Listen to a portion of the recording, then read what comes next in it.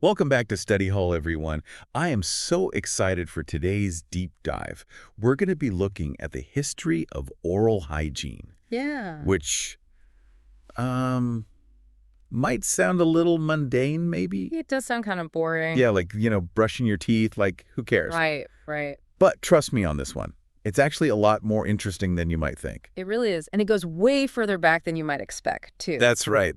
Like way back. Okay, so before we jump in, I think it would help if we kind of set the stage a little bit. So what are we talking about when we say history of oral hygiene? I mean, are we talking about like ancient toothbrushes and stuff? We are talking about ancient toothbrushes, yeah, but it's more than just tools. Right, yeah. It's also about the evolution of ideas about oral health and how those ideas have been shaped by different cultures. Okay, so it's like a cultural history of clean teeth. Exactly. And what's fascinating is how those ideas about oral health have actually impacted people's lives. That's a really good point. Okay, so where do we even begin with something like this? Like how far back are we talking? Well, we can go all the way back to ancient civilizations like ancient Egypt, for example. I mean, imagine a world without toothbrushes. I know, right? Okay, so not so fresh breath. Not that's so fresh, no. But I mean, they weren't just like living with it, were they? They must have had some way of cleaning their teeth. Oh, yeah, they definitely did. The ancient Egyptians were really resourceful, you know? They used to fray twigs from aromatic trees to make like these little toothbrushes. Oh, interesting. Okay, so they were kind of like those chew sticks you see sometimes. Yeah, exactly like those. And they even had toothpaste. Really? What kind of toothpaste did they have back then? They would make a paste using things like crushed eggshells, pumice, and myrrh. And they used it to clean and polish their teeth. Crushed eggshells. Wow, that's amazing. It is, right. They really were thinking outside the box, I guess you could say. They were, and it just goes to show how important oral hygiene was to them, even back then. Okay, so we've got the Egyptians with their twigs and crushed eggshells. What about other ancient civilizations? Well, the Babylonians and the Greeks were also using chew sticks. And there's actually evidence that the ancient Greek physician Hippocrates wrote about dental care. Hippocrates, like the Hippocratic Oath guy. That's the one. Wow, so they were really thinking about this stuff way back then. Oh, yeah. Hippocrates recommended using things like vinegar, alum, and honey for dental care. Interesting. So those chew sticks, did they actually work? They did. Chewing on the twig would help to remove food particles and stimulate saliva flow. Okay, so it kind of makes sense. Right. And some of the substances they used actually had antibacterial properties. That's pretty amazing considering they didn't really have like, microscopes and stuff back then. Yeah. It's really fascinating, right, how they figured that out. So we've got twigs, chew sticks. Yeah. When did the toothbrush, as we know it, like with bristles, when did that come about? Well, the first bristle toothbrush that we know of was actually invented in China around the 7th century. Wow, China. Yep. They used hog hair for the bristles and bamboo or bone for the handle. Hog hair. Okay, that's a little different from what we're used to. Definitely. But it was a big step forward. And eventually, this design spread to Europe. So from chew sticks to hog hair bristles. That's quite the evolution. It is, right. And there's still more to the story. Okay, I'm intrigued. What happened next? Well, the toothbrush we use today actually owes a lot to a certain English entrepreneur. And get this, he came up with the idea while he was in prison. Wait, what? In prison. Okay, now I really want to hear this. I know, right? So there's this guy named William Addis. He was in prison in the late 1700s. Okay. And he was really bothered by the lack of a decent toothbrush.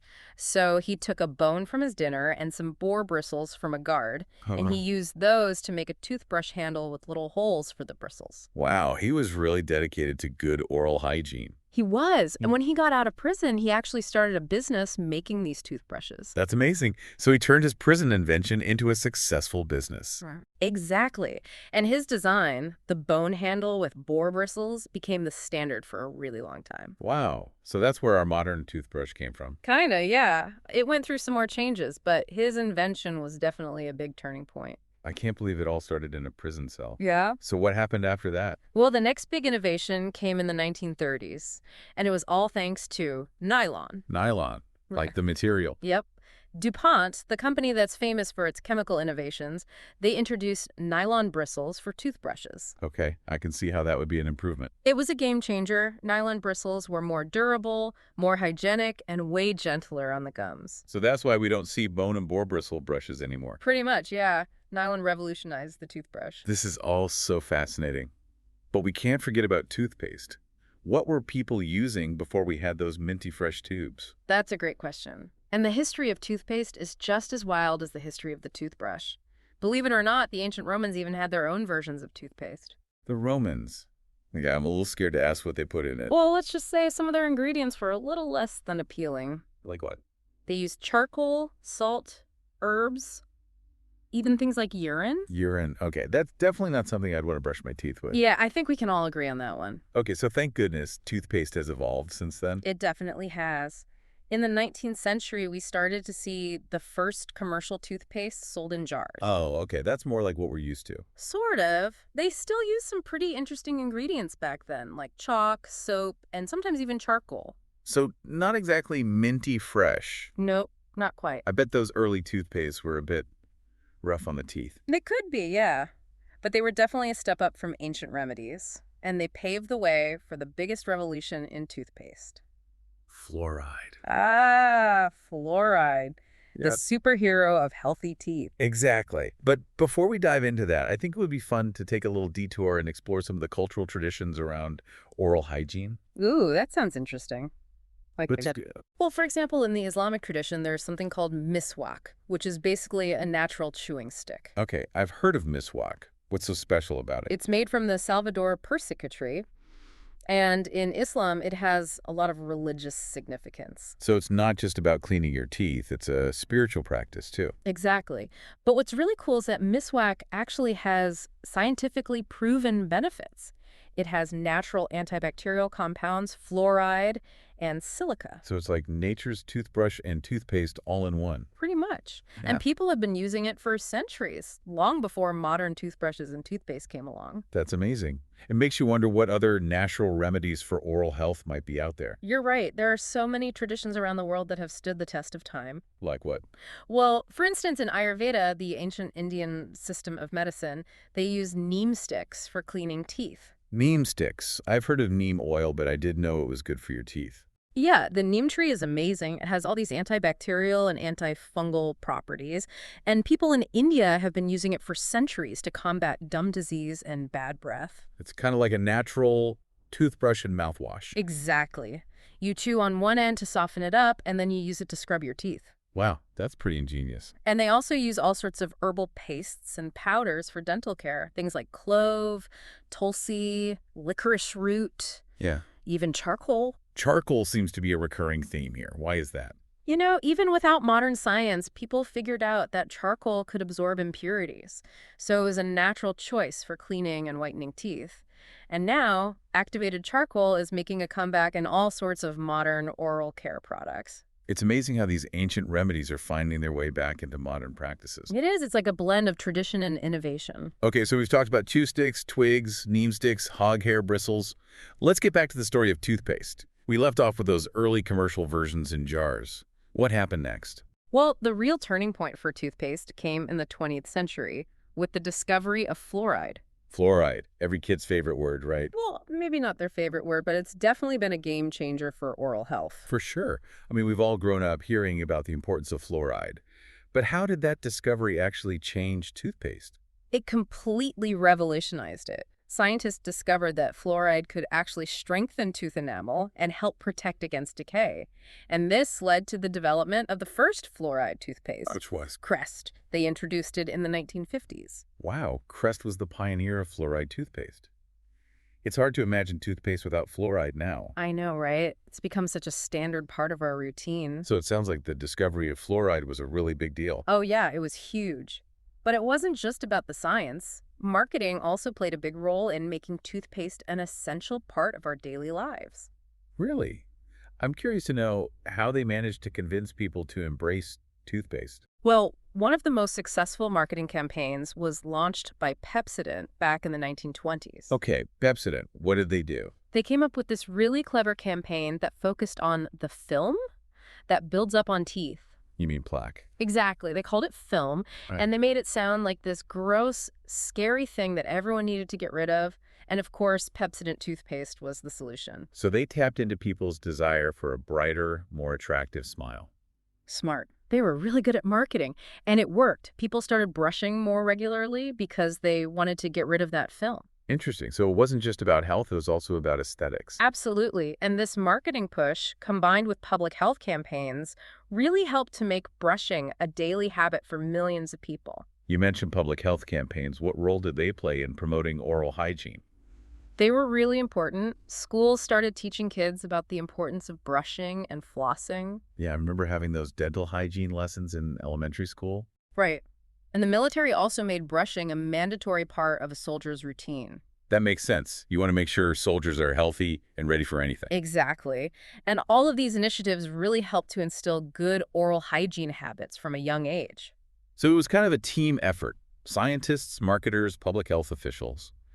They all played a role in making oral hygiene what it is today. Yeah, I think that's a really good way to put it. It was a collaborative effort that spanned decades. We focused a lot on the tools and the practices, but what about the people?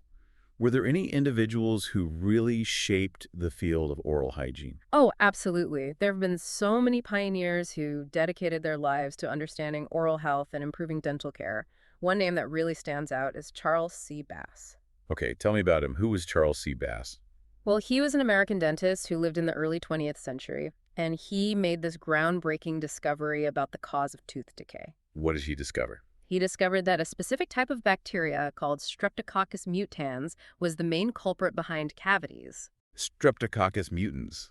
Sounds kind of scary. It is scary. It basically feeds on the sugars in our food and produces acids that attack tooth enamel. So he basically identified the enemy. He did. And this discovery was huge because it shifted the focus from simply cleaning teeth to actually targeting and controlling these harmful bacteria. So thanks to Dr. Bass, we're all waging war against Streptococcus mutans every time we brush and floss. Exactly. His research really paved the way for more effective prevention and treatment strategies for tooth decay. It's amazing how one person's research can have such a lasting impact on global health. It really is. And there are so many other pioneers who have made significant contributions to dentistry, like Lucy Hopps Taylor, for instance. Who was she? Well, she has the distinction of being the first woman to graduate from dental school in the United States. Wow, the first woman. That's incredible. It is. She graduated in 1866. Can you imagine the challenges she must have faced back then? I can't even imagine. She must have been incredibly determined. She was a true trailblazer, and she paved the way for generations of women in dentistry. Her story is really inspiring. It shows that you can achieve anything if you set your mind to it. I agree. It's a powerful reminder that barriers can be broken and progress is always possible, no matter the obstacles. Well said. Okay, so we've covered a lot of ground here, from ancient chew sticks to groundbreaking scientific discoveries. But what about the present day? What are some of the latest advancements in oral hygiene? Well, technology is definitely playing a bigger role than ever before. We're seeing all sorts of cool new gadgets and innovations. Like what? Well, one of the most exciting developments is the rise of smart toothbrushes. Smart toothbrushes. Okay, now you've got my attention. What are those? They're basically toothbrushes that connect to your smartphone via Bluetooth. Wow, really? Yeah, and they give you real-time feedback on your brushing technique. So they can tell you if you're brushing too hard or not long enough. Exactly. They track things like brushing time, pressure, and coverage. Some even have sensors that can detect early signs of gum disease. Wow, that's amazing. It's like having a personal dental coach right there in your bathroom. It is. And it's really helping people improve their oral hygiene habits. What other high-tech dental gadgets are on the horizon? Oh, there's so much cool stuff in development. They're working on toothpaste that can repair damaged enamel. Really? That would be amazing. I know, right? And there are mouthwashes that can detect oral cancer. Wow. And what about those 3D printed dental implants I've heard about? Yeah, those are becoming a reality too. The future of oral hygiene is looking pretty high tech. It's incredible to think about all the possibilities. It is. But even with all this amazing technology, it's important to remember that good oral hygiene still comes down to those basic habits. You mean brushing and flossing? Exactly. No matter how fancy our toothbrushes and toothpaste get, we still need to do the basics. It's a good reminder that sometimes the simplest solutions are the most effective. I agree. So brush, floss, and see your dentist regularly. Words to live by. It's really incredible how many different cultures have found their own unique ways to take care of their teeth. Yeah, for real. And some of these traditions have been around for centuries. Exactly. And they often use ingredients that you can find right in nature. It's pretty cool, actually. Like, they were really in tune with their surroundings and knew how to use what they had to stay I healthy. know, it's amazing. And a lot of these traditional practices are still used today, which is pretty impressive. Okay, so we were talking about fluoride before the break. Tell me more about that. Like, when did fluoride become like a big thing in oral hygiene? Well, it all started in the early 20th century when scientists made a really important discovery. Okay, what do they find? They found that fluoride could actually strengthen tooth enamel and make it more resistant to decay. Oh, wow. So that's why fluoride is in everything now. Exactly. It was a game changer. And it led to the development of the first fluoride toothpaste, Which was? Crest. It hit the market in the 1950s. Crest. Wow, so they were the pioneers of fluoride toothpaste. They were. And since then, fluoride has become an essential ingredient in pretty much every toothpaste out there. Yeah, you're right. I can't even remember the last time I saw a toothpaste without fluoride. It's just become the norm. So it sounds like the discovery of fluoride was a really big deal for oral health. It was a revolution. And it wasn't just about the science either. Oh, what else played a role? Marketing. Companies really figured out how to sell people on the idea of fluoride. Interesting. How did they do that? Well, Pepsodent, the toothpaste brand, Yeah. they had this really successful campaign in the 1920s that played up the whole film thing. The film, you mean like the plaque that builds up on your teeth? Exactly. They called it film to make it sound even grosser. Okay, so they were using a bit of scare tactics. Yeah, kinda. But it worked. People started brushing more regularly because they were worried about getting that nasty film off their teeth. So they were tapping into people's desire for a brighter, healthier smile. Absolutely. And it was around this time that public health campaigns also started promoting the importance of oral hygiene. Right, I remember having those dental hygiene presentations in school. Yeah, me too. And those were really effective in spreading the message about good oral health habits. So it seems like a combination of scientific advancements, clever marketing, and public awareness campaigns all played a role in shaping our modern approach to oral hygiene. That's a great way to put it. It's definitely a collaborative effort. Okay, so we've talked a lot about the tools and the practices, but what about the people behind all of this? Were there any individuals who really stand out as pioneers in the field of oral hygiene? Oh, yeah, definitely. One name that comes to mind is Charles C. Bass. Charles C. Bass. Tell me about him. Well, he was an American dentist who lived in the early 20th century, and he made a groundbreaking discovery about the cause of tooth decay. Okay, I'm all ears. He found out that a specific type of bacteria called Streptococcus mutans was the main culprit behind those pesky cavities. Streptococcus mutans. Huh. That sounds a bit intimidating. It is, right. And it's basically this little bug that feasts on sugars in our food and then churns out acids that attack tooth enamel. So he was the one who identified the enemy, so to speak. Exactly. And this was a huge deal because it completely changed how we thought about preventing and treating tooth decay. So thanks to Dr. Bass, we all know that we need to brush and floss to fight off those nasty Streptococcus mutants. That's right. His research led to so many advancements in oral hygiene. It's incredible to think how one person's discovery can have such a lasting impact on global health. Absolutely. And speaking of pioneers in dentistry, we can't forget about Lucy Hobbs Taylor. Okay, who's that? I don't think I've heard of her. Well, Lucy Hobbs Taylor made history by becoming the first woman to graduate from dental school in the United States. Wait, really? The first woman? That's amazing. I know, right? And this was back in 1866. Imagine the hurdles she must have faced. I could only imagine. That's a pretty incredible achievement. It really is. She was a trailblazer, and her story is super inspiring. It definitely is. It shows that perseverance and determination can really pay off. Absolutely. Okay, so we've gone from ancient shoe sticks to fluoride and inspiring pioneers. But what about the present day? What's happening in the world of oral hygiene right now? Yeah, where do we go from here? What are the latest and greatest advancements? Well, technology is taking center stage. We're seeing all sorts of cool new gadgets and innovations. Like what? Well, for starters, there are these things called smart toothbrushes. Smart toothbrushes. Okay, I'm intrigued. What makes them so smart? They actually connect to your smartphone via Bluetooth. Wow, really? Yep. And they can give you real-time feedback on your brushing technique. They track things like brushing time, pressure, and even coverage. So it's like having a personal dental coach right there in your bathroom. Exactly. And some of these smart toothbrushes even have sensors that can detect early signs of gum disease. Wow, that's impressive. What else is on the horizon? Are there any other futuristic dental gadgets in development? Oh, there are so many cool things in the works. Researchers are developing toothpaste that can actually repair damaged enamel. Wait, what? Repair damaged enamel. That sounds almost too good to be true. I know, right? Yeah. It's pretty amazing. And there are also mouthwashes that can detect oral cancer, which could be a game changer for early diagnosis. Wow, those are some seriously impressive advancements. And of course, we can't forget about 3D printed dental implants. They're becoming more and more common these days. 3D printed dental implants. That sounds like something straight out of a science fiction movie. I know. It's pretty wild to think about how far we've come. So it sounds like the future of oral hygiene is pretty high tech. It definitely is. But even with all these amazing advancements, it's important to remember that the basics are still crucial. Right. You can have all the fancy gadgets in the world, but if you're not brushing and flossing regularly, it's not going to do much good. Exactly. Those fundamental habits will always be the foundation of good oral health. It's a good reminder that sometimes the simplest solutions are the most effective. Couldn't agree more.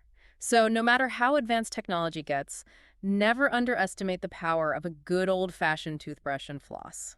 I think that's a great place to take a break. It really is amazing to think about how far we've come in terms of oral hygiene, Yeah. from ancient chew sticks to high-tech smart toothbrushes. It's quite a journey. Yeah, it really makes you appreciate how much effort humans have put into keeping their teeth clean throughout history. It's true. And it's not just about having a pearly white smile either. Right. There's a lot more to it than just aesthetics. Exactly. We're learning more and more about the connection between oral health and overall well-being. Okay, so tell me more about that. What's the connection? Well, for instance, did you know that there's a link between a gum disease and heart disease? Really? Had no idea. Yeah, it's pretty crazy, right? I know. And it's not just heart disease. Gum disease has also been linked to stroke, diabetes, even premature birth. Wow, that's pretty serious stuff. So taking care of our teeth and gums is really about taking care of our whole body. Exactly. It's all connected. And, beyond the physical health benefits, there's also this social and emotional aspect of having a healthy smile. Right. I've definitely heard that a smile can make a big difference in how people perceive you. It's true. When you feel confident about your smile, you tend to smile more. And smiling can actually make you feel happier and more relaxed. So it's a positive feedback loop.